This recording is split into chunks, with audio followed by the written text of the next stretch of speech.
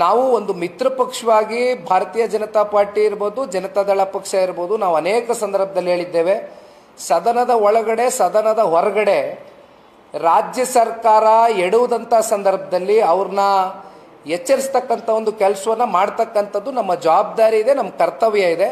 ಹಾಗಾಗಿ BJP ತನ್ನದಾದಂಥ ಒಂದು ಹೋರಾಟಕ್ಕೆ ಈಗಾಗಲೇ ನಿನ್ನೆ ದಿನ ಘೋಷಣೆಯನ್ನು ಕೊಟ್ಟಿದ್ದಾರೆ.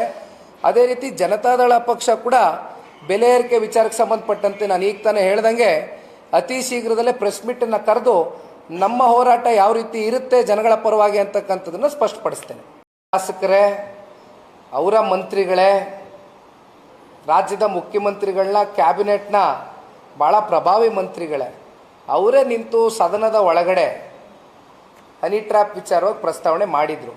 ಅದು ಜಗಜ್ಜಾಹಿರ, ಇಡೀ ರಾಜ್ಯದ ಜನತೆಗೆ ನೀವು ಕೂಡ ಮಾಧ್ಯಮದ ಮೂಲಕ ಪ್ರಸಾರ ಮಾಡಿದಿರಿ.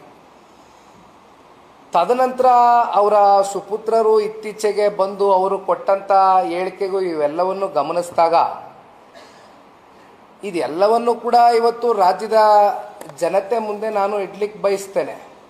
ಯಾಕಂದರೆ ಅಲ್ಟಿಮೇಟ್ಲಿ ನಮಗೆ ಸಿನಿಮಾ ಟೀಸರ್ ತೋರಿಸಿದ್ದೇ ಬೇರೆ, ಆದರೆ ಸಿನಿಮಾ ನೋಡ್ಲಿಕ್ಕೆ ಹೋದಾಗ ಆ ಟೀಸರ್ನಲ್ಲಿದ್ದಂಥ ಯಾವ ಎಲಿಮೆಂಟ್ಸು ಕೂಡ ಕಾಣಲಿಲ್ಲ, ಸಿನಿಮಾನೇ ಬೇರೆ ಆಗಿತ್ತು.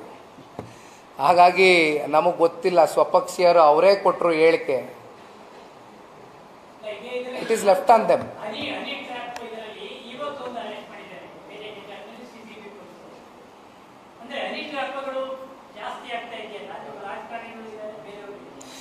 ಇದು ಪ್ರಜಾಪ್ರಭುತ್ವಕ್ಕೆ 18 ಜನ ಶಾಸಕರಲ್ಲಿ ಬಹುತೇಕ ಎಲ್ಲರೂ ಕೂಡ ಇವತ್ತು ನಿರಂತರವಾಗಿ ಸನ್ಮಾನ್ಯ ಕುಮಾರಣ್ಣ ಅವ್ರ ಜೊತೆ ಸಂಪರ್ಕದಲ್ಲಿದ್ದಾರೆ. ಜೊತೆಯಲ್ಲಿ ನಾ ಹಿಂದೆನೂ ಹೇಳಿದ್ದೆ ಕಳೆದ ಪ್ರೆಸ್ ಮೀಟಲ್ಲಿ, ಯಾವಾಗ ಈ ಸೆಷನ್ನು ಪ್ರಾರಂಭ ಆಯಿತು ಹಿಂದಿನ ದಿನ ಸನ್ಮಾನ್ಯ ಕುಮಾರಣ್ಣ ಅವ್ರ ಜೊತೆಯಲ್ಲಿ ಎಲ್ಲರೂ ಶಾಸಕರು ಕೂತಿದ್ರು. ಎಲ್ಲರನ್ನೂ ಕರೆದು ಕೂರಿಸ್ಕೊಂಡು ಯಾವ ರೀತಿ ನಾವು ಒಟ್ಟಾಗಿ ಹೋಗಬೇಕು, JDS BJP ಜೊತೆಲಿ ನಮ್ಮ ಪಾರ್ಟಿಯ ನಿಲುವುಗಳೇನು, ನಾವು ಎಷ್ಟು ಬದ್ಧತೆ ಇಟ್ಕೊಂಡಿದ್ದೀವಿ ಈ ರಾಜ್ಯದ ಜನತೆ ಪರವಾಗಿ ಅಂತಕ್ಕಂಥದ್ದನ್ನು ಕೂಡ ನೀವು ತೋರಿಸ್ಬೇಕಾಗ್ತದೆ ಅಂತಕ್ಕಂಥ ಅಡ್ವೈಸನ್ನು ಕೂಡ ಸನ್ಮಾನ್ಯ ಕುಮಾರಣ್ಣ ಅವ್ರು ಮಾಡಿದಾಗ ನಾನು ಕೂಡ ಉಪಸ್ಥಿತಿದ್ದೆ ಅಣ್ಣ. ಹಾಗಾಗಿ ಸಣ್ಣ ಪುಟ್ಟ ಒಬ್ಬರೋ ಇಬ್ಬರೋ ಅಲ್ಲಿ ಇಲ್ಲಿ ಯಾವುದಾದ್ರೂ ಒಂದಷ್ಟು ವಿಚಾರದ ಹೇಳಿಕೆಯನ್ನು ಅಷ್ಟು ಗಂಭೀರವಾಗಿ ಪರಿಗಣನೆಗೆ ತಗೊಳ್ಬಾರ್ದು ಅಂತಕ್ಕಂಥದ್ದು ನನ್ನ ಮನವಿ.